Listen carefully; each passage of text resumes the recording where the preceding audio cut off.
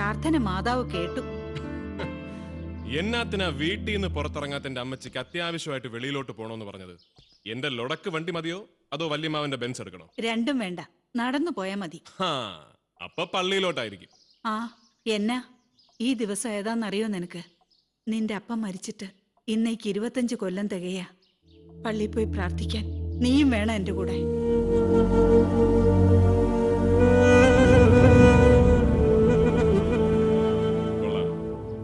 രാവിലെ എന്തോ പുണ്യകർമ്മം ചെയ്യാനുണ്ടെന്ന് പറഞ്ഞത് ഇതിനായിരുന്നു.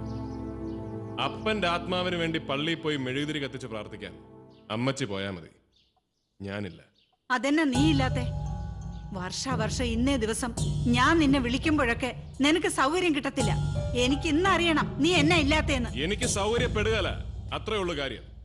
നടത്തം പഠിച്ചിരുന്ന കാലത്ത് ഞാൻ ആ കർമ്മം ചെയ്തിട്ടുണ്ട് ഒരുപാട്. അന്ന് എനിക്ക് അതിന്റെ അർത്ഥം അറിയാലോ.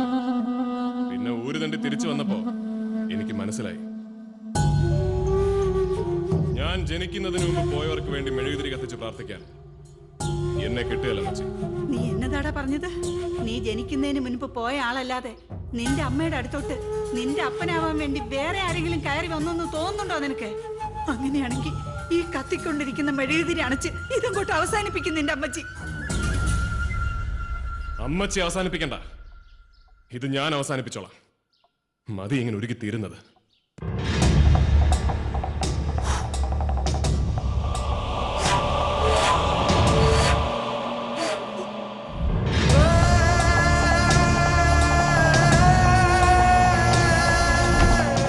എന്നതാടാ നീ ചെയ്തത്?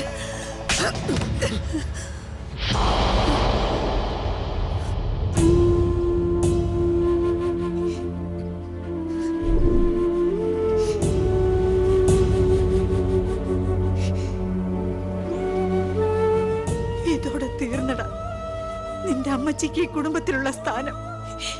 അധികപ്പറ്റ ഇനി നമ്മൾ രണ്ടുപേരും കൂടെ ഒരുമിച്ച് വീട്ടിൽ വേണ്ട. നീ ഇറങ്ങണോ ഞാൻ ഇറങ്ങണോന്ന് ഇപ്പൊ തീരുമാനിക്കണം.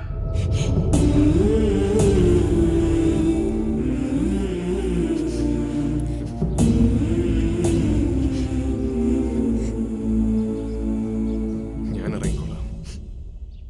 വീടും വിളക്കും ഇല്ലാതെ പണ്ട് ഞാനാണല്ലോ അമ്മച്ചി അധികപ്പറ്റാട്ടി പടി ഇറങ്ങിയത്. അങ്ങനെയാണെങ്കിൽ ഇനി നീ ഈ വീടിന്റെ പടി ചവിട്ടിയേക്കരുത്. അതിന്റെ ദണ്ണം മരണം വരെ ഞാനങ്ങ് സഹിച്ചോളാം.